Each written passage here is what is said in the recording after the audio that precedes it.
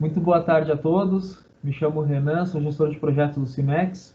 Nós vamos aguardar mais uns minutinhos enquanto as demais participantes acessam a live. Nesse meio tempo, a gente vai passar um vídeo do Sicredi, nosso patrocinador, que está possibilitando que esse evento aconteça. Você sabia que existe um jeito diferente de cuidar do seu dinheiro? Muito prazer, somos o Sicredi. Somos a primeira instituição financeira cooperativa do Brasil, com mais de 115 anos de crescimento. E toda essa força é resultado da soma de cada um de nós. Para uns, somos uma solução mais simples, humana e próxima para a sua vida financeira. Para outros, somos um parceiro que ajuda a sua empresa, ou ainda que impulsiona o seu agronegócio. Para fazer você crescer, oferecemos um relacionamento próximo, taxas mais justas e uma relação de total transparência. E o melhor, aqui os resultados financeiros da cooperativa são compartilhados entre todos. Os valores investidos ficam na região, desenvolvendo a economia local. Estamos aqui para fazer a diferença, na sua vida, na sua empresa, no agronegócio, na comunidade. Então, vamos fazer juntos. Agora eu passo a palavra para o Leonardo Vivan. Ele é o consultor de vendas corporativas do Grupo Fátima. Ele tem um recadinho para passar para vocês. Leonardo, com você. Opa, tudo bom? Sou o Leonardo, então trabalho na equipe comercial aqui do Fátima. E no ano passado o Cimex firmou uma parceria importante com o Fátima, né? Uma parceria que possibilita aos associados terem acesso a diferenciais exclusivos, né, aqui aos nossos trabalhos também, e condições especiais para todos os serviços da operadora. Nós já estamos fazendo, então, esse trabalho de relacionamento com as empresas associadas e nós percebemos que, em diversos momentos, existem alguns tópicos que são sempre recorrentes, né? Eu gostaria de aproveitar esse espaço até para abordar esses tópicos, né?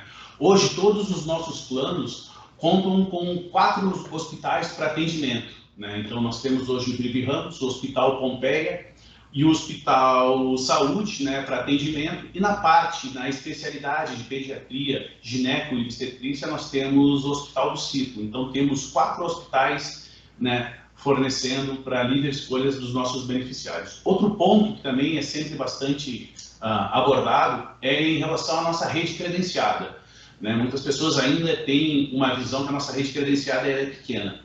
Mas desde o momento que a Marco Polo entrou na operadora, então veio todos os beneficiários da Marco Polo, hoje nós atendemos os 100% da Marco Polo, a nossa rede cresceu muito. Ela cresceu em tamanho, ela cresceu em número e principalmente ela cresceu em qualidade, né? Hoje o nosso foco na nossa rede credenciada é muito na qualidade dela para ter uma resolução, né, nos tratamentos.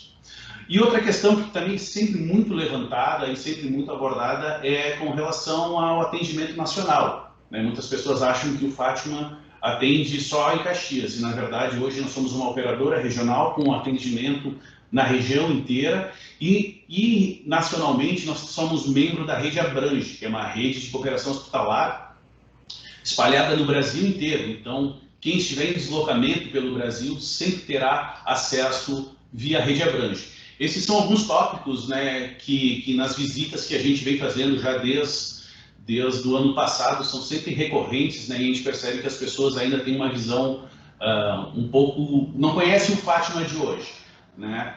Não poderia deixar de falar do complexo, e aqui eu já estendo um convite para que todos venham conhecer o complexo Fátima Saúde, que fica localizado no antigo Hospital Delmese, aqui na Júlio, no centro de Caxias.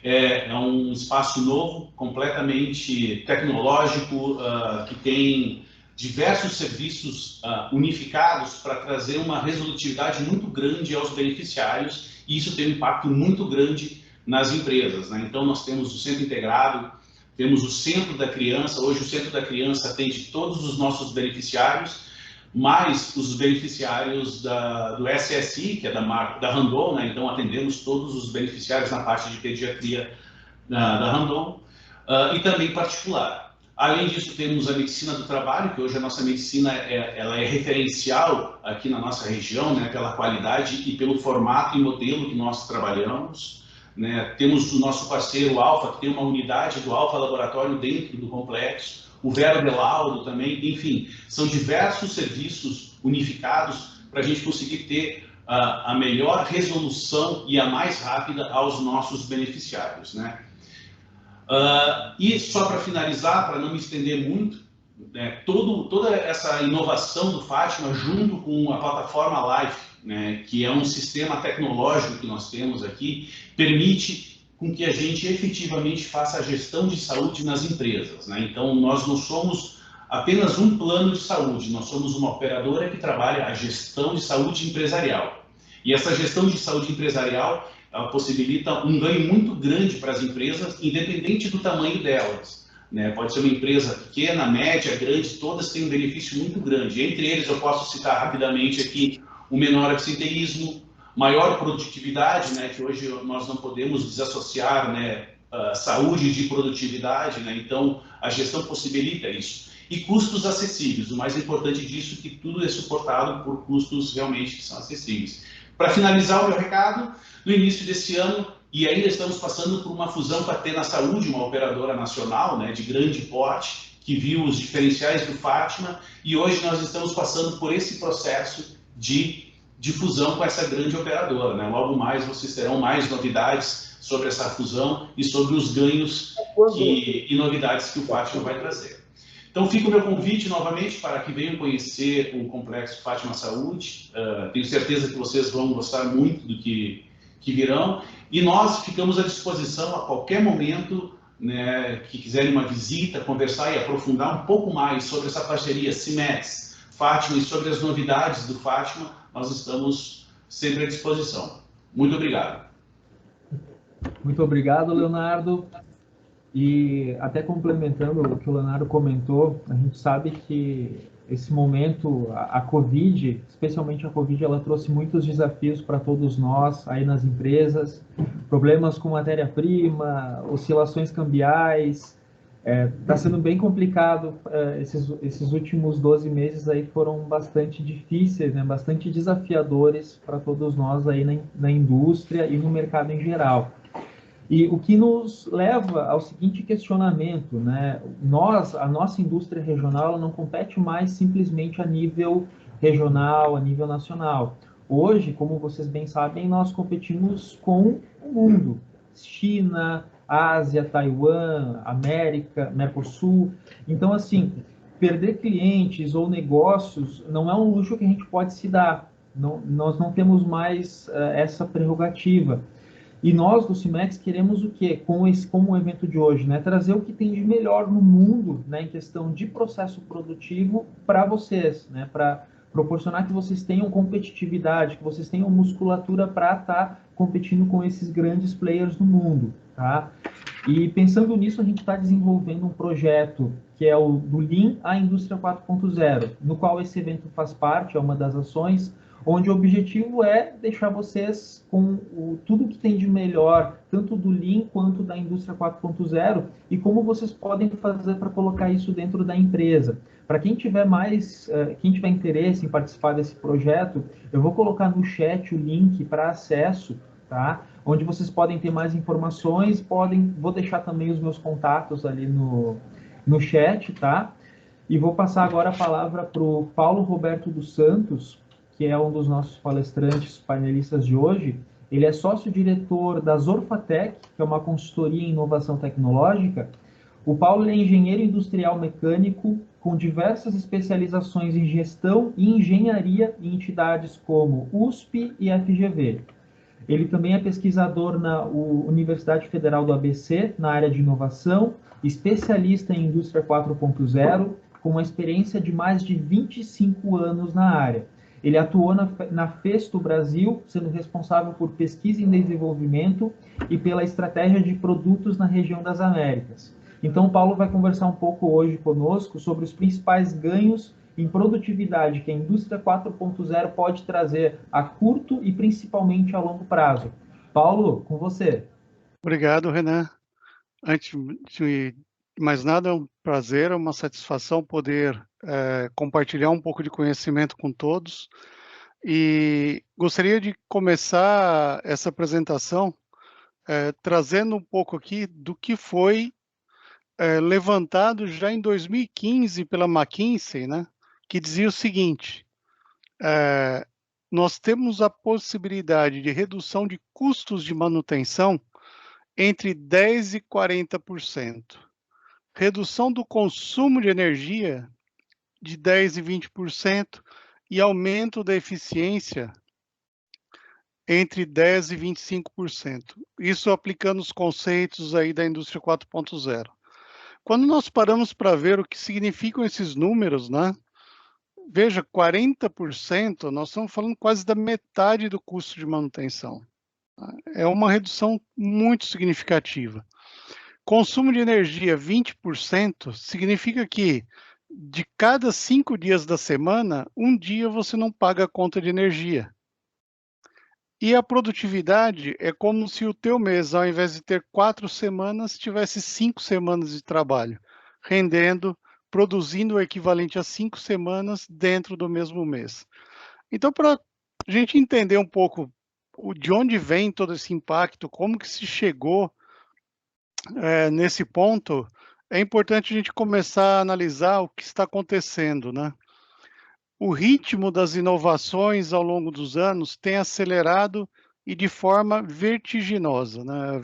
Nós temos uma informação de que nos próximos 10 anos nós vamos ter mais inovações do que já tivemos em 250 anos. Ou seja, tudo que nós tivemos desde a invenção lá da máquina a vapor, né?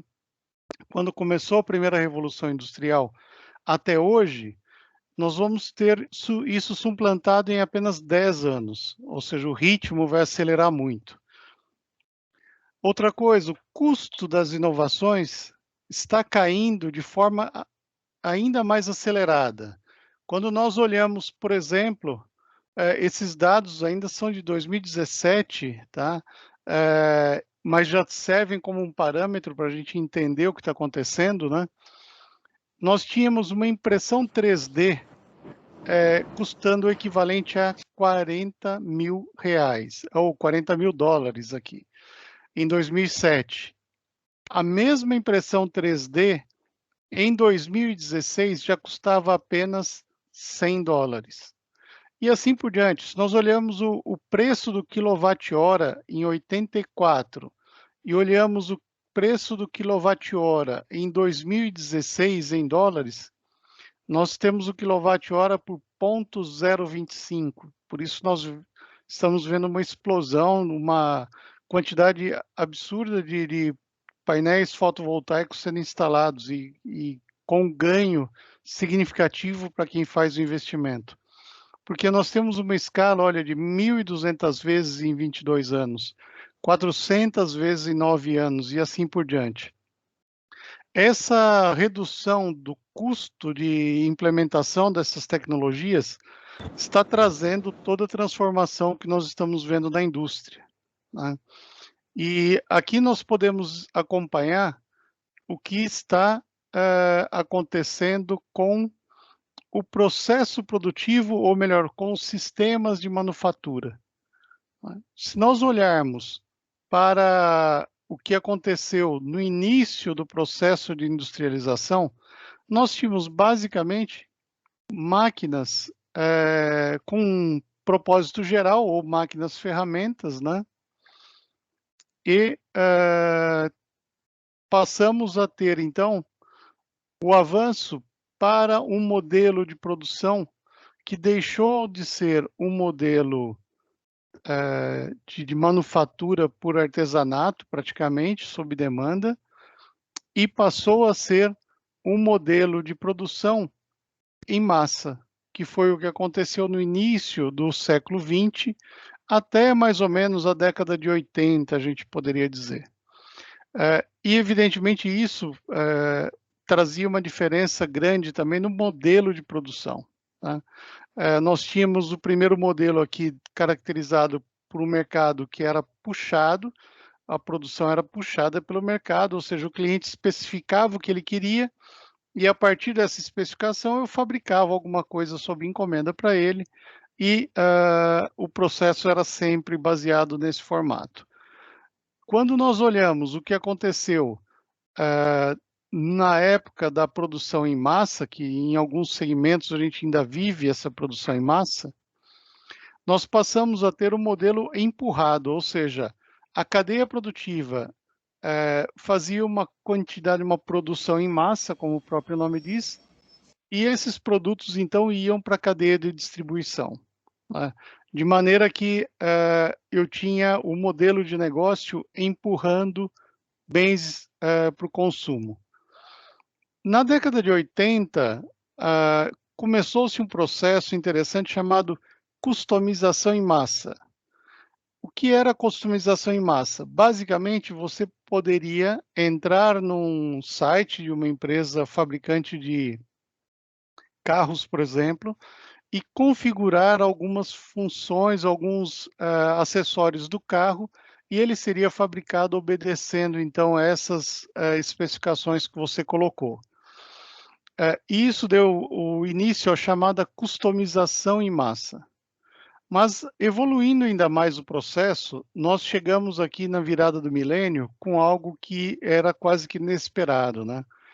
A produção individualizada, ou seja, a possibilidade do consumidor, do cliente, especificar um item que não é igual a nenhum outro já fabricado, e eu consigo fabricar esse item nas mesmas condições que eu fabricaria a produção em massa. E como que isso acontece e por que essa transformação aconteceu dessa forma? Quando nós olhamos aqui, saímos das máquinas operatrizes, entramos na produção em massa, onde nós tínhamos as linhas dedicadas de manufatura, né? O exemplo mais clássico era a linha de fabricação de automóveis, quando surgiu lá no começo do século XX, com Henry Ford, e aí foi evoluindo. Sendo que o pico dessa produção se deu mais ou menos no final da década de 50, quando começou-se a reduzir o volume de peças por variante e aumentar a variante de produtos, ou seja, começamos a reduzir a produção em massa, tendendo para a produção customizada. E o modelo da produção customizada era o sistema flexível de manufatura, e evoluiu mais recentemente para aquilo que nós chamamos de sistemas reconfiguráveis de manufatura ou manufatura adaptativa. Isso já acontecendo nesse cenário da indústria 4.0, ou seja, contando com todas as tecnologias de transformação que nós estamos vivendo. E quando nós olhamos então para esse novo cenário, qual é o paradigma para a indústria hoje, né? Basicamente, orientação ao serviço, né? A empresa que não for capaz de transformar o ativo ou o bem que ela fornece em um serviço, corre um sério risco de desaparecer, né? O exemplo mais clássico que nós temos aqui é o que está acontecendo com o segmento de transporte, onde iniciou-se o serviço da Uber, por exemplo, e outros similares, como 99 e assim por diante, e esses serviços simplesmente dispensaram a necessidade de eu ter uma frota de táxi, porque eu requisito o motorista a hora que eu preciso e o uso da forma que eu preciso. Outra característica desse novo paradigma, rastreabilidade. Mas não é simplesmente a rastreabilidade durante o processo produtivo. É de toda a cadeia de valor, desde o processo produtivo, sim, até o uso do produto e depois vamos dizer, o descarte desse produto ou o fechamento da economia circular. E o principal, que durante o uso do produto, eu sou capaz de capturar dados desse produto. Esse, de fato, é o conceito de rastreabilidade. Modularidade na produção, ou seja, eu posso ter a minha produção com operações que são ativadas e desativadas conforme a necessidade do meu produto, porque quem vai determinar as operações necessárias vai ser o próprio produto a partir da especificação que o cliente fez. A virtualização, a possibilidade de simular não só o produto, mas todo o ambiente produtivo, de maneira que eu consiga verificar muito antes de montar qualquer parafuso no chão de fábrica, qual é o desempenho daquela linha de produção, como eu vou fazer a manutenção dessa linha de produção e assim por diante. A capacidade de operação em tempo real, ou seja, a possibilidade de monitorar o que está sendo fabricado, onde está sendo fabricado e como está sendo fabricado. Essa possibilidade, apesar de parecer algo meio trivial, deveria ser óbvio, né? É dificilmente encontrado no formato das indústrias que nós temos hoje ainda no Brasil. A mobilidade, a capacidade de eu gerenciar a minha produção em qualquer lugar que eu esteja, através de dispositivos móveis, e o próprio uso da mobilidade no processo produtivo, através de robôs autônomos, ou transportadores autônomos, ou máquinas autônomas que podem se deslocar sem a necessidade de ficarem presas a um local definitivo. E a descentralização, importante saber que a tendência é que as unidades centrais de processamento, ou seja, os painéis de controle, eles praticamente deixam de existir nesse cenário, porque a inteligência passa a ser distribuída pelos elementos da máquina. Um motor, ele deixa de ser simplesmente um elemento que você alimenta e controla externamente as características de funcionamento dele, e passa a ser um elemento inteligente conectado numa rede, onde o que eu preciso mandar para ele são parâmetros de funcionamento, e não mais controlar a tensão e corrente que eu forneço para ele. E tudo isso está acontecendo graças ao que nós chamamos aqui de tecnologias habilitadoras. Nós adotamos esse conceito da Boston Consulting Group, da BCG, onde ela aponta que 9 são as principais tecnologias habilitadoras. E a gente vai ver alguns exemplos na prática de como eles estão trazendo benefícios e redução de custos e ganho de velocidade para as empresas. Este primeiro vídeo, ele mostra uma simulação de um ambiente de uma planta química, onde um operador pode ser treinado antes mesmo de ir a campo, né? Quem trabalha na área de processo sabe os riscos que é você colocar uma pessoa nova sem o devido treinamento em campo. E aqui ele pode verificar, inclusive, as condições de operação em tempo real, ou seja, o que ele está visualizando na tela é o que realmente está no campo. Isso permite ele planejar todo o processo de manutenção antes dele sair a campo. Ele já vai saber que equipamentos ele deve utilizar, que recursos ele vai utilizar, por onde ele vai acessar o equipamento. Então, essa é uma das características e dos benefícios, né? Dá para se imaginar, nós estamos falando em reduzir meses de treinamento para algumas horas de treinamento ou alguns dias de treinamento, com um risco de operação muito menor, uma exposição muito menor do operador a um ambiente de risco antes que ele esteja preparado. Esse é uma outra das tecnologias onde nós temos aqui a aplicação do conceito de realidade aumentada, e essa realidade aumentada aqui é aplicado a uma bomba, é uma bomba de diafragma. A partir do momento que você visualiza a bomba física, você começa a ter informações de como proceder à desmontagem, como proceder à manutenção e assim por diante.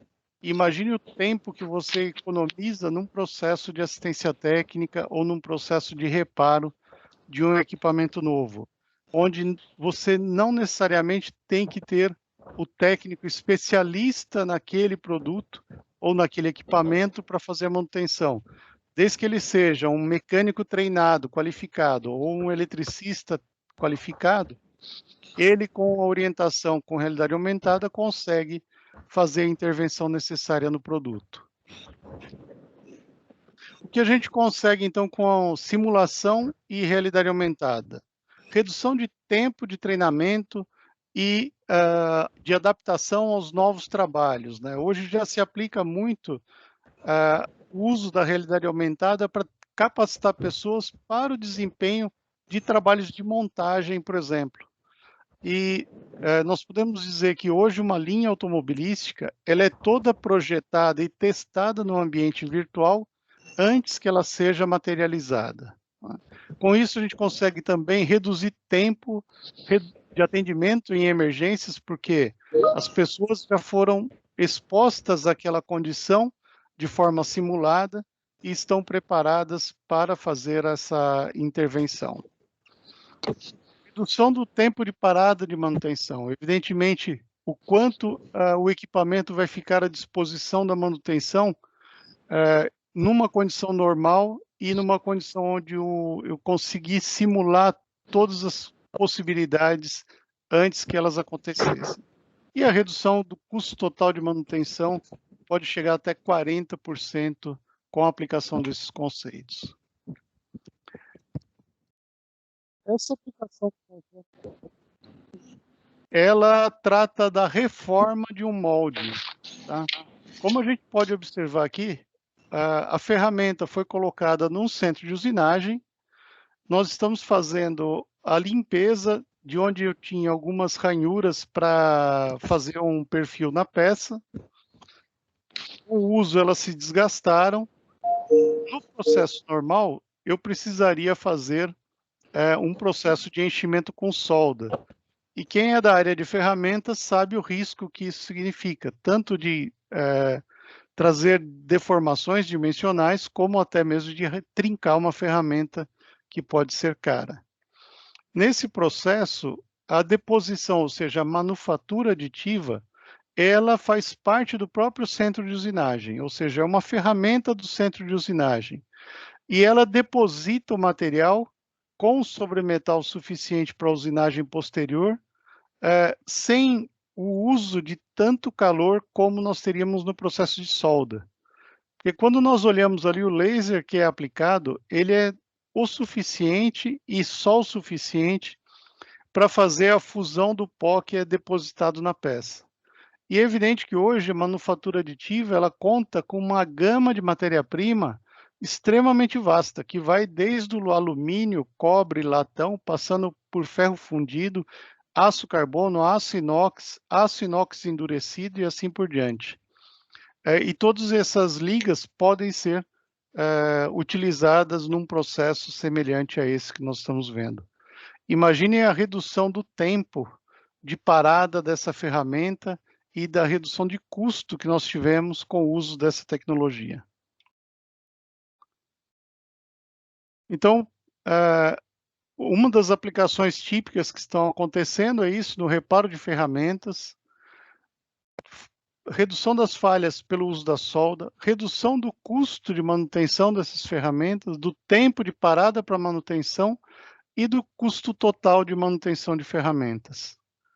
Outra aplicação que está sendo cada vez mais frequente em processos de gestão da manutenção é o uso de Big Data e Analytics para criar o que nós estamos chamando de manutenção prescritiva, ou seja, onde eu consigo não apenas aquela análise preditiva que nós tínhamos até então, mas eu consigo essa análise preditiva em tempo real, de maneira que eu consigo saber se essa máquina, qual é o comportamento dessa máquina naquele exato momento, coleto esses dados e faço o processamento desses dados para que eu consiga planejar e controlar o que vai acontecer. Com isso, eu consigo antecipar a intervenção de manutenção e reduzir com isso as paradas de máquina, deixando o equipamento disponível 100% do tempo. E é evidente que para a gente ter sucesso na implementação de todas essas tecnologias, é imprescindível planejamento. E por quê? Olha só, um dado realizado por estudos da Cisco, da Deloitte, eles indicaram que cerca de 70% dos projetos de IoT, ou seja, os chamados projetos de digitalização, eles falham na sua finalidade.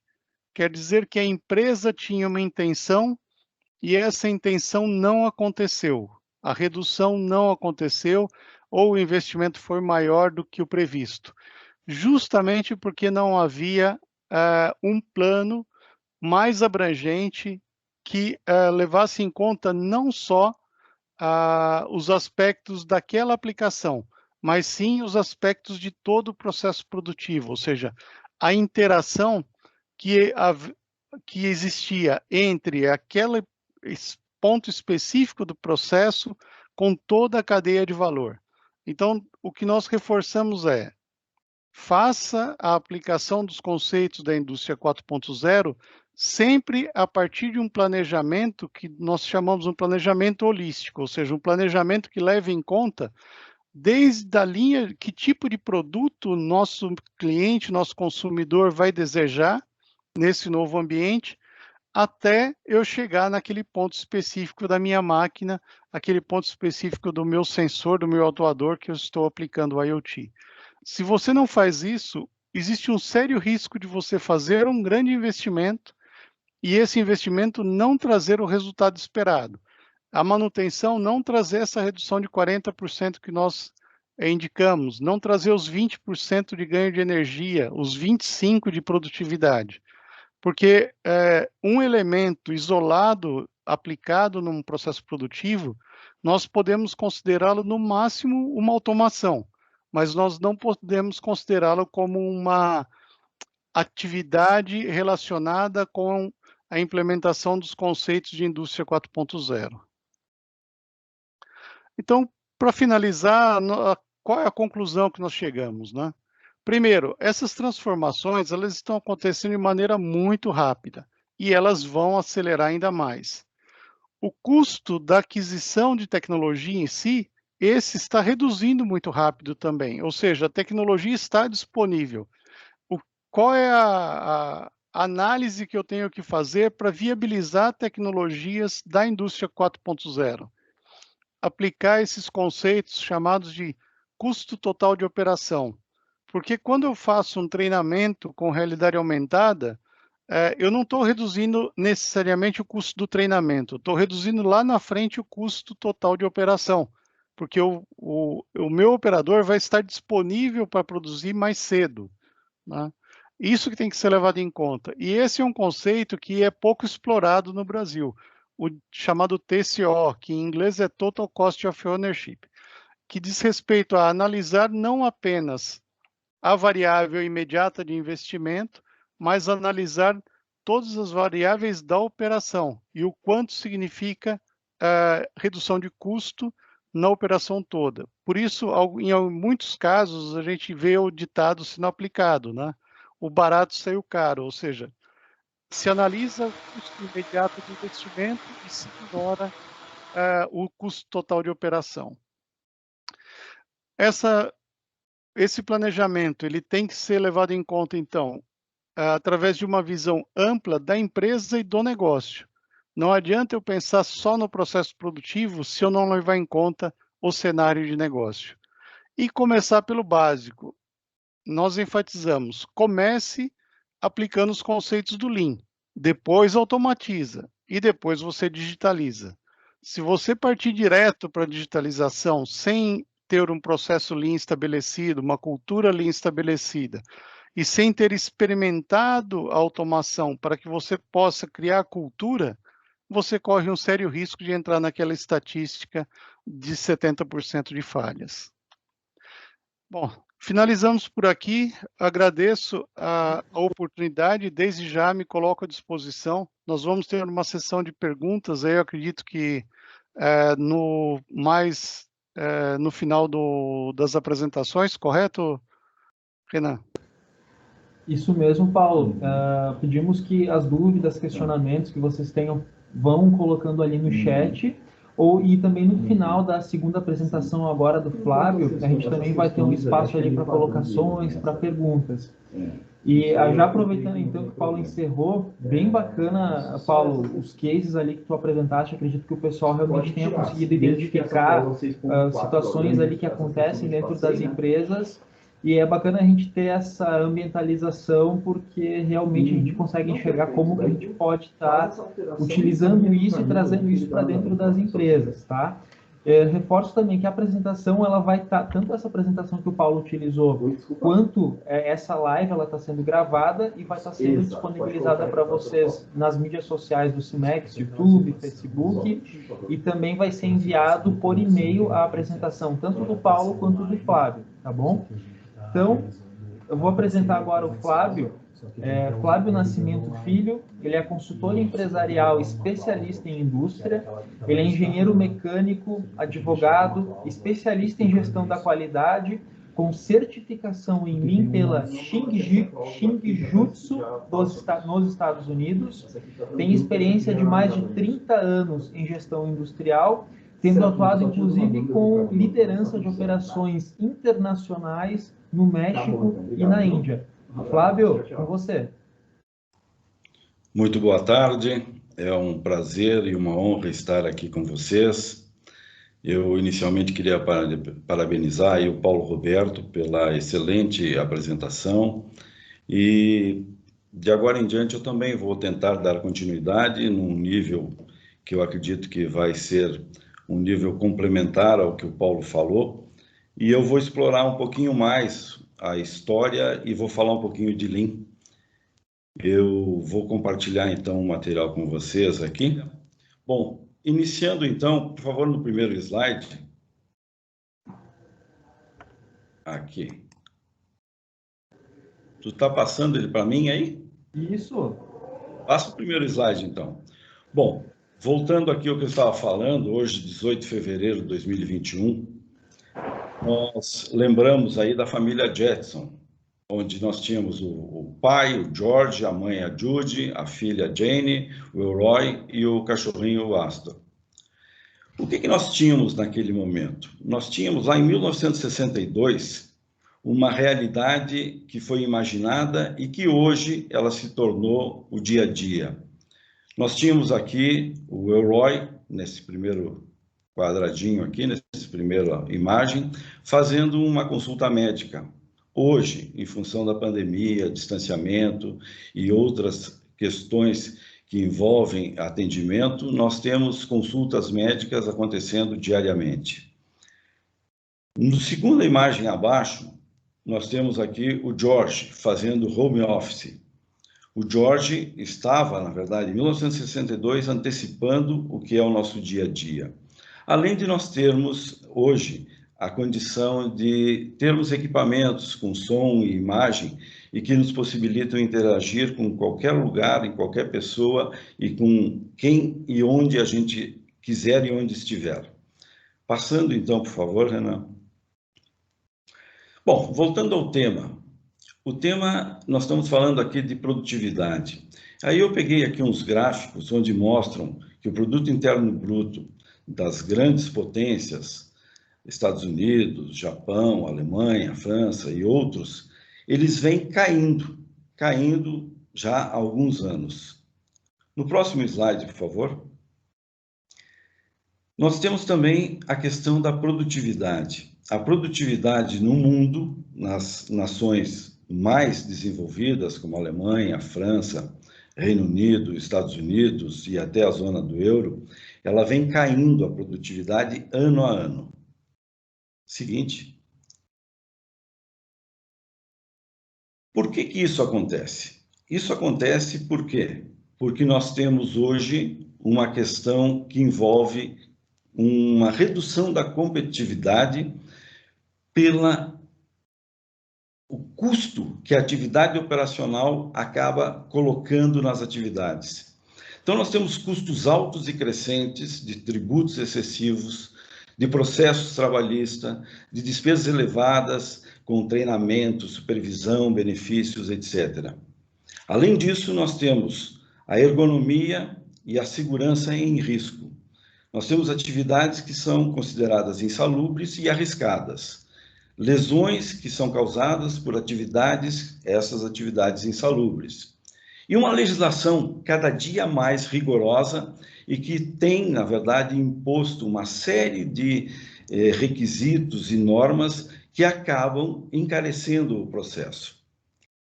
Nós temos uma questão comportamental também, que hoje a gente observa nas nossas empresas. que nós temos hoje um absenteísmo alto, nós temos uma alta rotatividade, e nós podemos dizer que isso é um comprometimento reduzido, e que isso causa um baixo interesse do que está se vendo hoje em novas gerações para se manter muito tempo numa empresa e crescer com ela. Bom, isso também faz com que nós tenhamos uma qualidade ameaçada. Essa qualidade está ameaçada, seja por falta de atenção, por erro humano, ou até por falta de capacidade. Seguinte, por favor. Bom, voltando à cronologia que o Paulo estava falando, nós estamos falando de indústria 4.0 e eu fiz aqui uma breve correlação, né, da primeira revolução industrial, ou a indústria 1.0, onde se introduziram máquinas de produção mecânicas movidas a água e vapor. Isso já foi, digamos assim, uma inovação, a utilização de equipamentos para produzir. Vamos falar da indústria 2.0, no início do século XX, a Revolução Industrial número 2.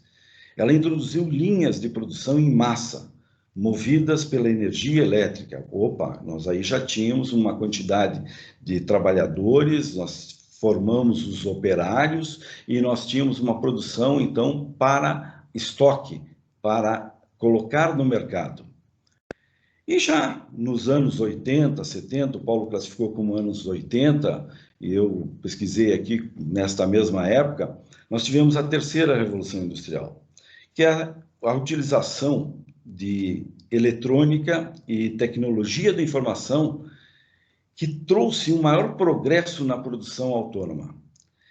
Cada vez que houve uma revolução, o nível de complexidade cresceu. Isso tudo estava preparando para um momento, que é o momento de hoje. Próximo slide, por favor. O que nós tínhamos, na verdade, que hoje já está um pouquinho diferente. Uma fantástica ferramenta que está disponível para todos, que é a internet, que conectou pessoas em todos os lugares e, ao mesmo tempo, em qualquer lugar do mundo e qualquer pessoa. Sensores cada vez mais precisos, mais reais e que poderiam dar respostas em tempos muito curtos.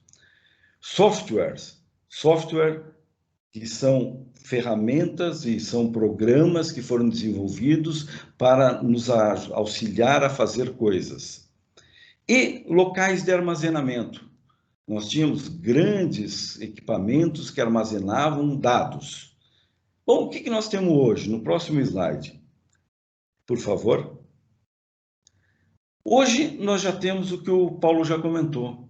Além da internet das pessoas, nós temos a internet das coisas. Isso conecta os equipamentos, além de conectar as pessoas.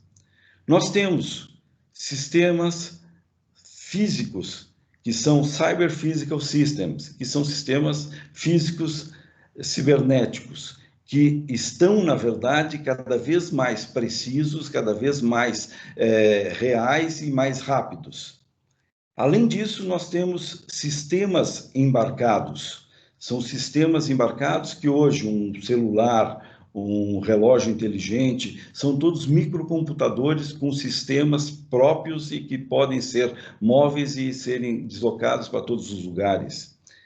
E nós temos o que nós chamamos hoje, né, já dentro do nosso vocabulário, um armazenamento, a nuvem, cloud. Então, os dados, grande quantidade de dados está armazenado nessa nuvem. Próximo slide, por favor.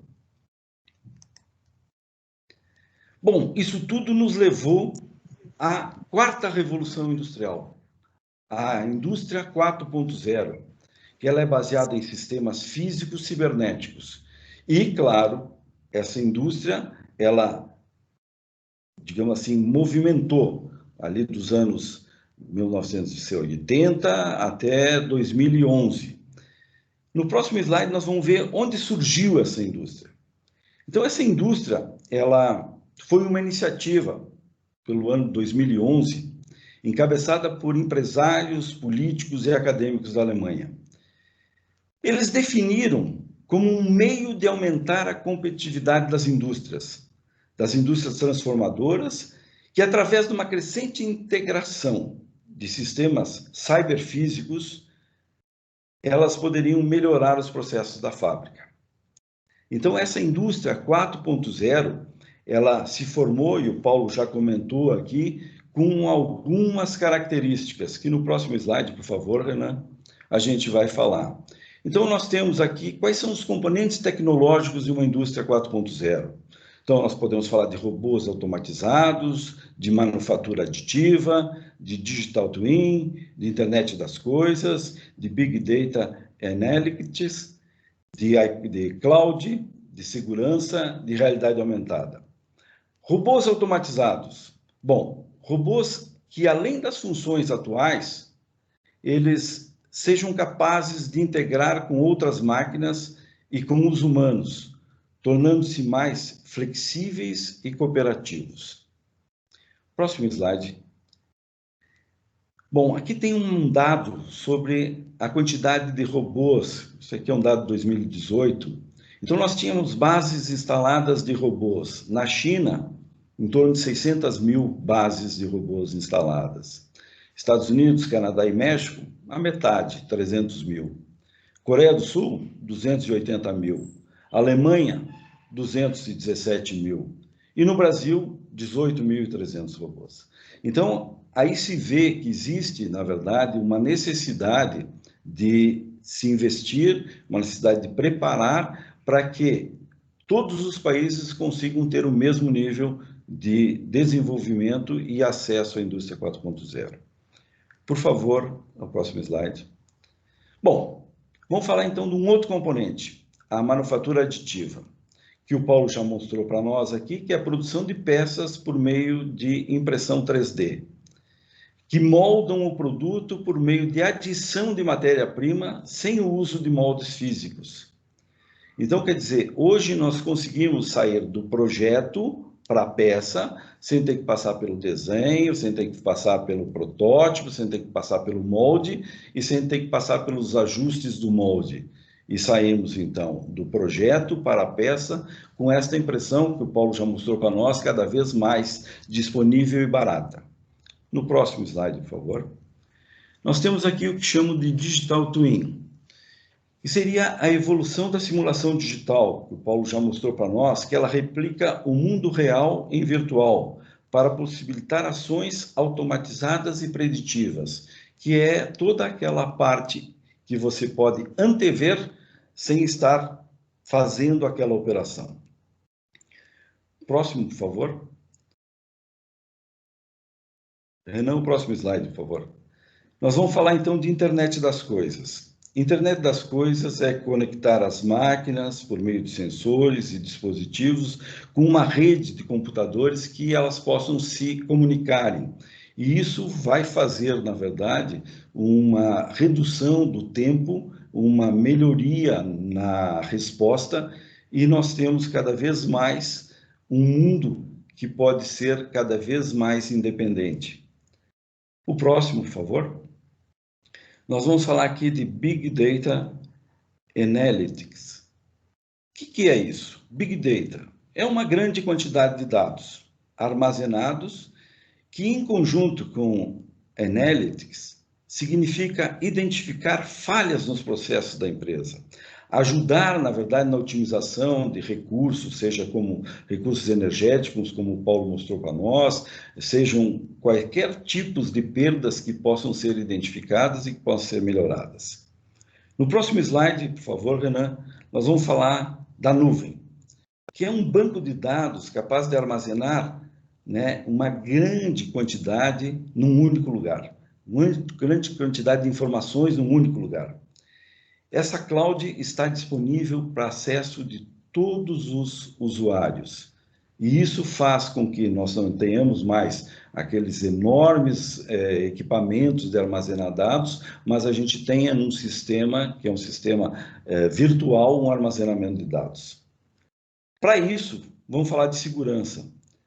Para que a gente tenha todos os dados, todas as informações num único lugar, nós temos que pensar também que esse lugar tem que ter segurança. Então, a segurança cibernética é que nós temos meios de comunicação cada vez mais confiáveis e sofisticados. Quando eu falo confiáveis, é que eles sejam seguros, é que eu possa preservar as minhas informações. E no próximo, nós temos a realidade aumentada, que são sistemas baseados nesta tecnologia, que executam variedades de serviços, como selecionar peças em um armazém e enviar instrução de reparação por meio de dispositivos. Foi mostrado também aqui a possibilidade de ser feito através de um identificador de imagem, se buscar um manual, ou através de um sistema que pode ser acessado, fazer a seleção de uma peça, um componente, e se enviar uma instrução de reparo. Bom, feito isso, eu vou falar uma frase aqui de um autor desconhecido. Se a revolução, a segunda revolução industrial, criou os operários, a quarta revolução, a indústria 4.0, criará um bando de inúteis? No próximo slide. Aumentar a eficiência e melhorar a produtividade significa substituir pessoas por máquinas? Não. Não, porque pessoas significam criatividade, significam inovação, melhoria de processos. As pessoas são os responsáveis por nos darem ideia, contribuírem na melhoria do seu ambiente, contribuírem para que os processos sejam feitos mais seguros e mais baratos, porque elas são as que mais conhecem. E a partir daí, sim, podemos pensar em fazer sistemas autônomos. No próximo slide, nós vamos voltar ao que foi comentado na conclusão da palestra anterior. Nós temos que, antes de qualquer coisa, nós temos que criar valor. Nós temos que reduzir perdas. E como fazer isso? O Lean. O Lean é a melhor forma de se fazer essa entrega de valor. O Lean permite grandes mudanças de valor nas suas atividades. O Lean permite ganhos de participação e crescimento em mercado. Quais são os princípios do Lean, que todos conhecem, mas que eu vou repetir? O Lean tem que ser uma estratégia, não é um programa. O Lean tem que fazer parte do planejamento da empresa, do planejamento estratégico da empresa, para que possa ser liderado, comandado e que tenha continuidade e recursos. Ele tem que ser comandado a partir do topo da organização. Tem que vir de cima para baixo. E ele tem que buscar transformar e mudar as pessoas. Transformar e mudar pessoas. Por quê? Porque as pessoas são o único ativo que a gente tem apreço. São o único ativo que a gente preza. E as pessoas precisam ser respeitadas. E tem que ser criado um ambiente de aprendizagem para o Lean. As pessoas têm que ser treinadas para o Lean, têm que ser educadas, têm que praticarem e têm que ser, logicamente, controladas e cobradas. E aí sim, a estratégia do Lean vai sair de uma estratégia para uma cultura. Mas até isso acontecer, o Lean ainda é uma estratégia. E o Lean tem que ter foco em processos, não em resultados. O Lean tem que melhorar como se faz e o resultado vai ser uma consequência. E a excelência operacional é o cerne dessa estratégia. Como a gente observa os conceitos para a implantação do Lean? Primeiro, qualquer atividade, seja qual for, ela tem que ter um tempo. Esse tempo de ciclo tem que ser respeitado, o que é chamado de tempo TACT. A produção, a execução de uma tarefa, ela tem que obedecer um fluxo de uma tarefa ou uma peça. Não vamos produzir mais estoques, nós vamos ter que ter um fluxo contínuo, sem interrupções. Nós temos que ter um padrão de trabalho, porque quem tem um padrão consegue melhorar. Quem não tem um padrão, ele não consegue, primeiro, identificar onde está nem para onde tem que ir. Então, o padrão de trabalho é muito importante. E, logicamente, como já foi comentado, nós temos que trabalhar puxando. O que quer dizer puxando? É mais ou menos o seguinte: eu vendi 1, eu produzo 1. E assim eu vou puxando toda a cadeia, desde o cliente para dentro da empresa. E nós não podemos esquecer do básico. Essa frase aqui, back to the basics, volte para o básico. E para voltar para o básico, a gente não pode esquecer das coisas simples. O básico de tudo é ter o necessário, organizar, manter limpo, padronizar e manter. Isso nada mais é do que o 5S, que é a base de todo o programa Lean. Outro ponto muito importante, você tem que conhecer o seu processo, o fluxo do seu processo. E aí, quando você conhece o fluxo do seu processo, desde o pedido até a entrega, você tem que se dedicar àquele produto ou àquela atividade que dá maior resultado. Nós temos a tendência de buscar trabalhar em atividades que são problema e que não dão lucro. Isso é perda de tempo. Nós temos que dedicar o nosso tempo e a nossa melhoria para aquilo que dá resultado. E as melhorias têm que acontecer desta forma. Identificando essas oportunidades em todo o fluxo e planejando essas melhorias de forma organizada e uma forma encadeada. E outra coisa importante, nós temos a tendência de iniciar as melhorias lá pelo início do processo. O que é recomendado é iniciar as melhorias pelo fim do processo. Por quê? Tudo aquilo que eu melhorar no fim do processo, eu entrego para o cliente, de uma forma muito rápida, quase imediata. Aquilo que eu for fazer lá no começo do processo, eu vou levar um tempo até chegar no cliente. Então, faça a sua melhoria no fim do processo. Mas para fazer isso, nós temos que trabalhar em equipe. E trabalhar em equipe significa trabalhar com pessoas. E as pessoas precisam ser treinadas para identificar as principais perdas, sejam perdas por movimentação, por má qualidade, superprocessamento, enfim, as 7 perdas do sistema Toyota de produção, que são as 7 perdas do Lean. E uma 8ª perda, que nós não podemos deixar de aproveitar e temos que ter em mente, que a maior perda é a perda da contribuição das pessoas, das ideias que as pessoas podem dar. E para fazer isso, e para trabalhar em equipe, nós temos que utilizar uma ferramenta chamada Kaizen. Então, nós temos que capacitar as equipes para fazerem Kaizen de acordo com o planejamento. E criar uma cultura de melhoria. Primeiro, você cria uma cultura de resolver problemas. Criou a cultura? Bom, estabelece uma rotina de resolver e discutir esses problemas. Utilize indicadores simples e significativos. Não faça grandes relatórios ou relatórios que só saem lá no final do mês, que as pessoas não podem acompanhar. Trabalhe com um monitoramento hora a hora dos resultados e coisas que as pessoas entendam.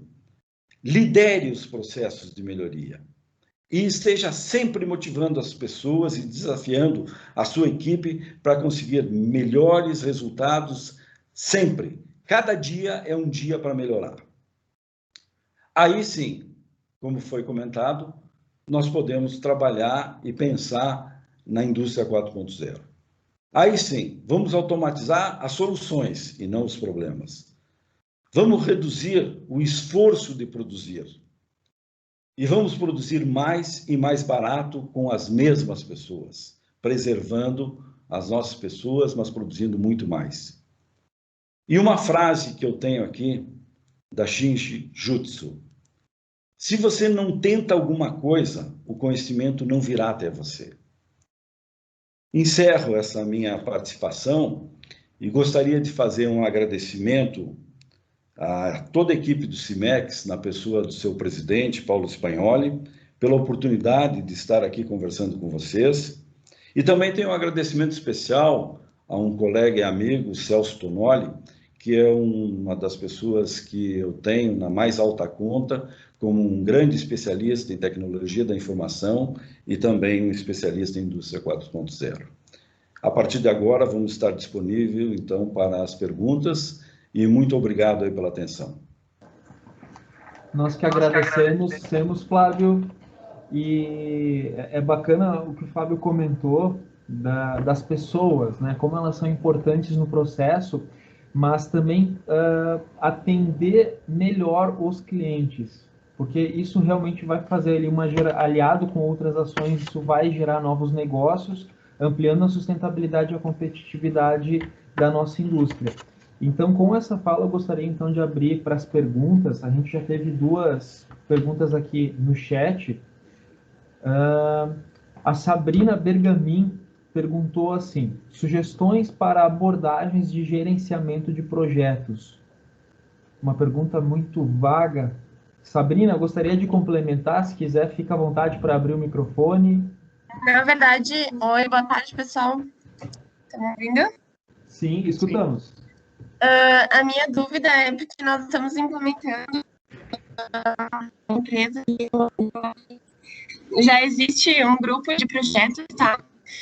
Já existe uma ferramenta para isso, só que a gente tem dificuldade na abordagem com a equipe, em como formar uma equipe eficiente para gestão de projetos. Aí eu queria saber se vocês têm alguma recomendação, alguma dica para a gente facilitar essa abordagem com as pessoas, com a equipe.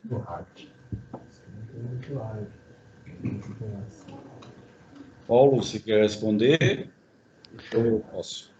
Eu acho que o Flávio pode ficar à vontade para responder, porque eu entendo que isso tem muito alinhamento com os conceitos de Kaizen, né, Flávio? É verdade, Paulo. Obrigado aí pela preferência.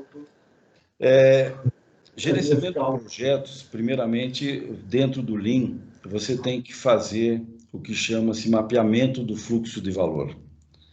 Quando você faz o mapeamento do fluxo de valor, você vai ver todos os seus processos e, logicamente, que vão se transformar em oportunidades, e essas oportunidades podem ser os projetos que nós estamos falando, que você vai trabalhar de uma forma toda coordenada, desde lá do pedido até a venda.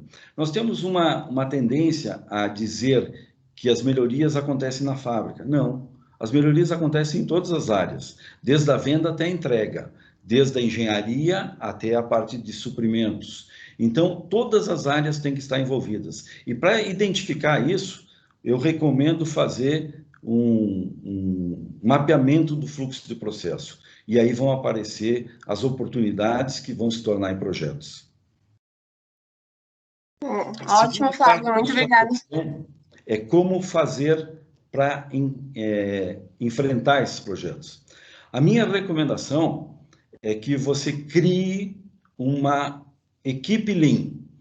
Nós chamamos de os multiplicadores do processo Lean, que são as pessoas que podem trabalhar ajudando as equipes a resolverem problemas.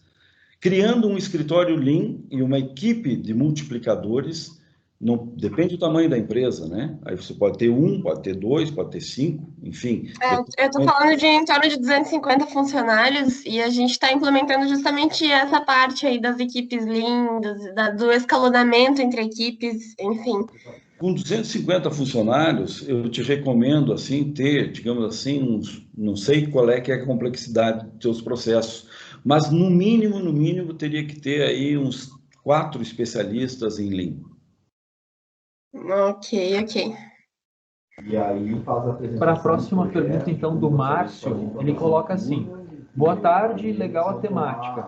Uma questão que não consigo resolver na compreensão desta indústria 4.0 é que a manufatura aditiva, os robôs, drones, etc., ainda são distantes da nossa realidade empresarial, ainda mais aqui no Brasil. O que me leva a pensar que numa manufatura que envolve muitas atividades manuais, não se pode implementar a indústria 4.0. Dado este quadro, qual o horizonte viável de o Brasil entrar no mundo 4.0?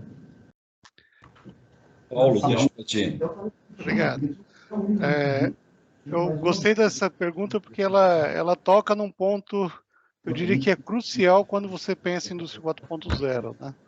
Indústria 4.0 não é necessariamente só automação, né? Você pode, inclusive, uma das primeiras empresas que eu visitei na Alemanha, que tinha já implementado muito dos conceitos, era uma empresa que tinha muita mão de obra, tá? Ou seja, muita gente trabalhando. Então, qual é a conclusão que a gente chega?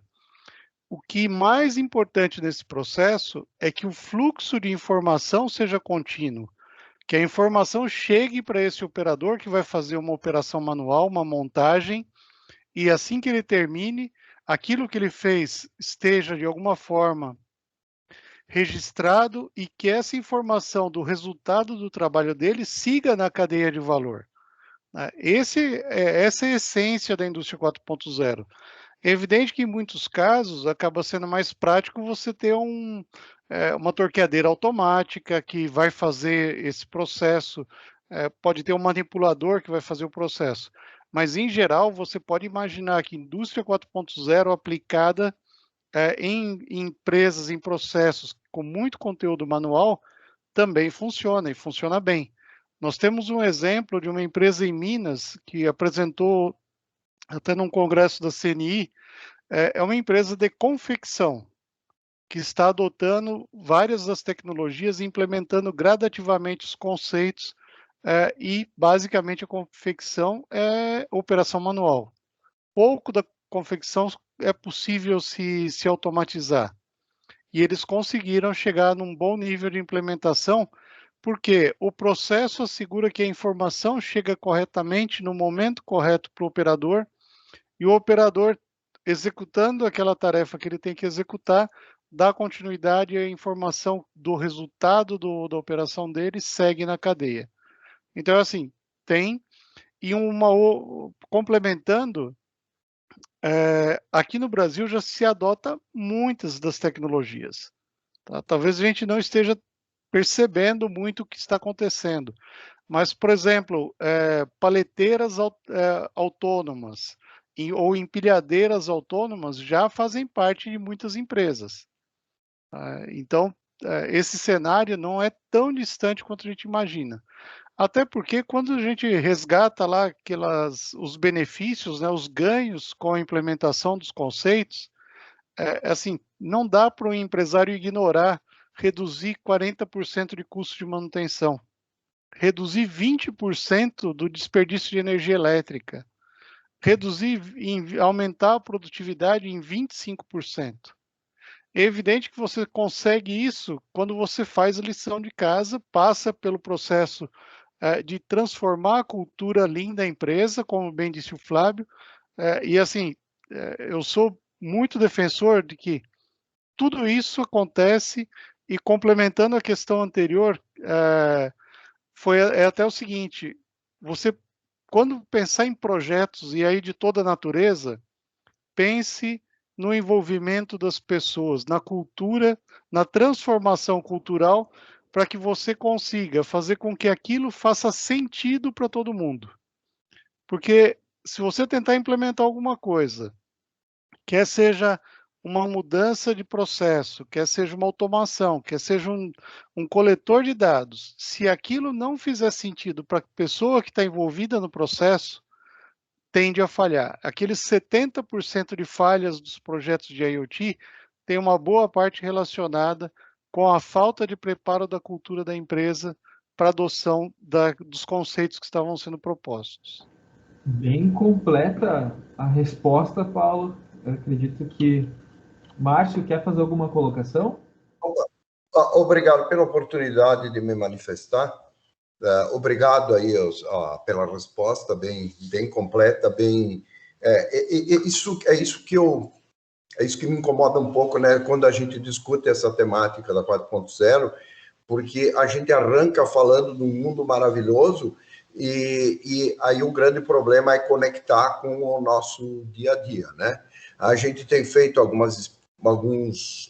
gente tem seguido um pouquinho a escala da indústria 4.0, implantado alguma coisa já, e assim o objetivo claro, determinado, é aumentar a produtividade. E a gente conseguiu aumentar a produtividade sem comprar nenhuma máquina.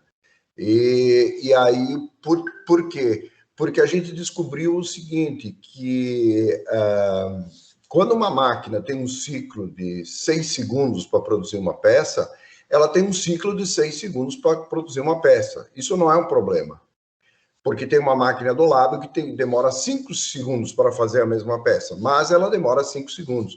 o problema não estava ali. O problema estava no tempo em que essa máquina não estava produzindo. E o porquê?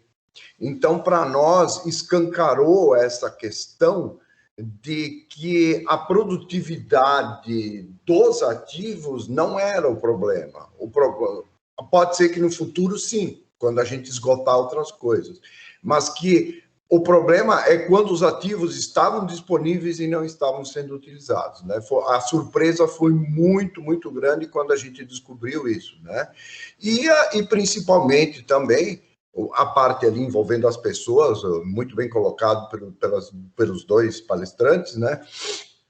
Que as pessoas blefam, né? E invariavelmente esses sistemas de gestão diferenciada aí da produção baseada nos conceitos da 4.0 lá que veio da Alemanha, que os americanos adotaram também, ela tem que vir de cima para baixo, em primeiro lugar, como já foi colocado ali. Porque a gente não vai esperar que um grupo de CCQ, um grupo de melhoria, proponha a indústria 4.0. Isso aí vai ter que vir de cima para baixo e as pessoas realmente vão ter que entender que, estando parado na frente de um ativo de 1 milhão de euros, batendo papo, contando sobre como é que foi o gol no fim de semana, isso aí vai avacalhar com a produtividade. E o problema não é o ativo. O problema é aquela pessoa que está na frente, né? Então, realmente, me parece, assim, até onde eu entendi, que toda essa história do Lean e até um pouco do 4.0 é uma reedição da qualidade total, né? Infelizmente, felizmente, o primeiro palestrante colocou muito bem lá, né, o 5S e tal, que é a raiz da qualidade total. Então, a gente deu uma volta gigantesca e voltou para o mesmo lugar. Mas muito legal, assim, muito legal a discussão. Muito obrigado aí pela oportunidade. À disposição, Márcio, sempre que precisar, conte conosco. Indo para a pergunta da Milena Ferreira. Flávio, o que você pensa que é a evolução do Lean para os próximos anos? Na indústria, pensando em tecnologia e indústria 4.0. Milena, obrigado aí pela pergunta. O Lean, na verdade, o Lean não é uma coisa nova. O Lean vem do pós-guerra ali, do sistema Toyota de produção e que hoje a gente chama de Lean. O Lean, ele é uma filosofia de trabalho. É uma filosofia em que você tem que trabalhar sempre para melhorar. E o Lean vem que você tem que encurtar o teu tempo. Então, quer dizer, para encurtar o tempo, desde a venda até a entrega, você tem que trabalhar na melhoria dos processos. Para melhorar o processo, você vai ter que ter uma sincronização muito boa, vai ter que ter pessoas treinadas, vai ter que ter sempre as atividades muito bem conhecidas e as facilidades muito bem postas e disponíveis. Você vai ter que ter uma clareza de métodos e parâmetros de produzir. Você vai ter que ter muita qualidade e você vai ter que trabalhar sempre procurando ser mais eficiente e todos os dias melhorar. Então, o que eu espero do Lean? O que eu espero do futuro? Eu espero que as pessoas pensem em melhorar sempre. Que o Lean saia da estratégia para a cultura e que a cultura do melhorar esteja em todas as áreas, não somente na produção, mas desde a venda, vendendo aquilo que é necessário, aquilo que se pode aproveitar melhor, para que se possa padronizar, para que se possa ter sempre uma eficiência com eficácia. Então, o que se espera do Lean? Se espera que ele se torne uma cultura através de uma filosofia de trabalho, Milena.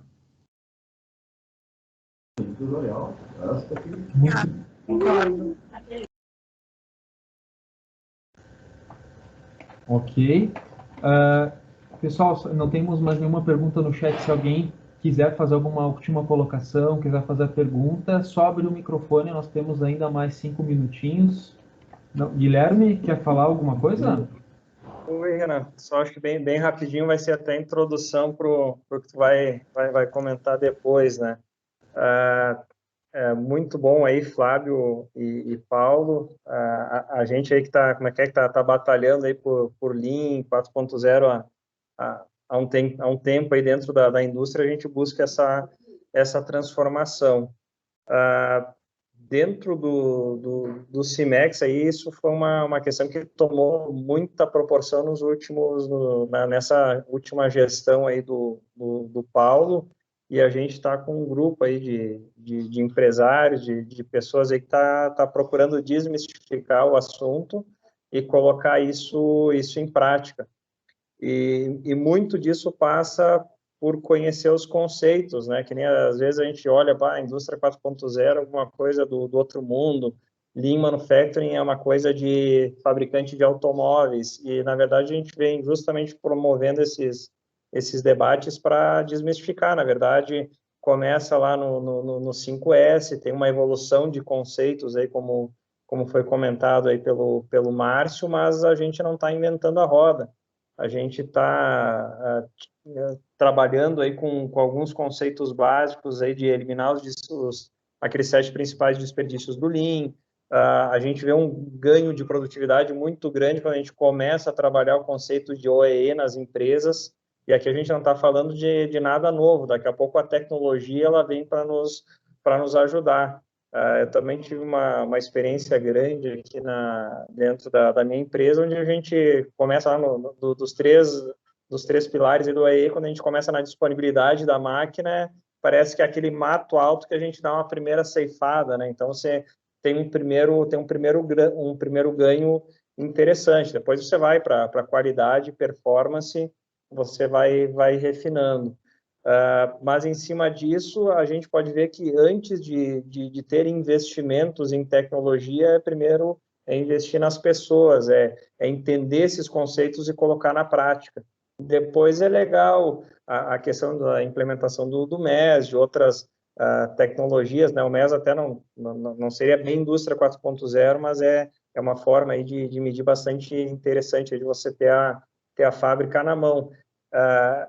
Para daí depois falarmos aí de manufatura aditiva, também é um tema aí que o CIMEX está trabalhando bastante forte, mas a gente precisa que as pessoas conheçam esses conceitos e trabalhem junto, né? E o CIMEX acaba hoje se tornando um hub disso, né? Tem programa que o Renan vai comentar depois nessa linha, mas as pessoas têm que participar e colocar na prática, né? Então, hoje o CIMEX acaba se tornando um fórum nesse sentido. Acabei aí fazendo um apanhado geral de algumas dores aí que a gente vê no dia a dia, e agradecendo mais uma vez aí o Flávio e o Paulo pela excelente explanação aí. Os dois aí com uma experiência, conseguem simplificar assim para a forma mais leiga, assim, conceitos muito, muito complexos aí do dia a dia. Obrigado mesmo, Flávio, Paulo, e Renan, deixo para ti aí. Obrigado mesmo. Guilherme, antes do Renan falar, eu queria agradecer aí pelo teu reconhecimento e comentar 2 coisas que você falou que é muito importante. Uma das coisas que a gente tem que prezar antes de fazer o investimento é trabalhar com a criatividade. Investimentos serão necessários, sem dúvida. Ninguém vai fazer uma transformação para uma revolução industrial 4.0 sem fazer algum investimento. Mas, antes de tudo, a gente tem que pensar na criatividade. Eu tinha, na verdade, uma questão que eu trazia sempre, até há pouco tempo, na empresa que eu estava trabalhando, que acabei me aposentando depois de 25 anos de trabalho. Essa empresa tinha a mania de dizer o seguinte: a solução está em fazer um software novo, ou se aumentar um tamanho de uma instalação, ou se comprar um equipamento novo. Não é verdade. Muitas vezes a solução está na criatividade, está no trabalho em equipe, está na análise do processo, e como foi falado pelo Márcio, nós temos que analisar os processos e verificar quais são as atividades que efetivamente agregam valor. E se nós for ver, o tempo máquina é o mais curto de toda uma operação. Se tu levar 10 segundos é máquina, os outros 50 segundos são atividades que não agregam valor e que precisam ser analisadas e melhoradas. Muito obrigado, Guilherme. Obrigado aí pelas palavras. Renan, obrigado. Nós que agradecemos, Guilherme, pela colocação, Flávio, Paulo, da Zorfatec. Então, só finalizando a apresentação, essa live vai estar disponível a partir de amanhã no nosso canal do YouTube, tá? Também nas nossas mídias sociais. E friso, tá? O Cimex agora a gente está com nós estamos tocando projetos, assessorias, convênios, diversas ações para ajudar vocês, né? A gente sabe que o dia a dia é bastante complicado, é cheio de desafios, é matéria-prima, as questões cambiais, Covid, então assim, nada ajuda, digamos assim. Então a gente quer ser esse backup de vocês, tá? Muito mais do que uma entidade que apenas fecha a convenção coletiva. Nós estamos junto com vocês para ajudar no que estiver ao nosso alcance. Então, a gente tem esse projeto de Indústria 4.0 para ajudar no processo produtivo de vocês, tem Plano Fátima, tem convênios com o Sicredi. Então, utilizem as nossas ações, né? A gente estamos aí para contribuir juntos com essa caminhada, tá bom? Paulo, quer fazer alguma última colocação? Agradecer a oportunidade de estar nesse debate, agradecer o Flávio também, adicionou mais conhecimento, com certeza, e concordo plenamente com essa linha, com essa visão de vamos primeiro otimizar aquilo que a gente tem, reduzir os desperdícios que tem, depois a gente automatiza, depois a gente integra com tecnologia, e sem esquecer do ser humano, porque a peça fundamental, mesmo no futuro, e aí eu já faço um gancho para um assunto que vem na sequência, que vai ser chamado Indústria 5.0, e é justamente o ser humano no centro de tudo isso, né? Então é bacana a gente pensar que o ser humano deu uma volta tremenda em termos de tecnologia, como foi dito pelo Márcio, e no final a gente volta e olha para ele de novo e fala assim, você é a peça fundamental, né? Tudo isso só existe pelo ser humano. Então é muito interessante ver essa evolução. Agradeço mais uma vez a oportunidade e me coloco à disposição. Um abraço. Um grande abraço a todos, pessoal.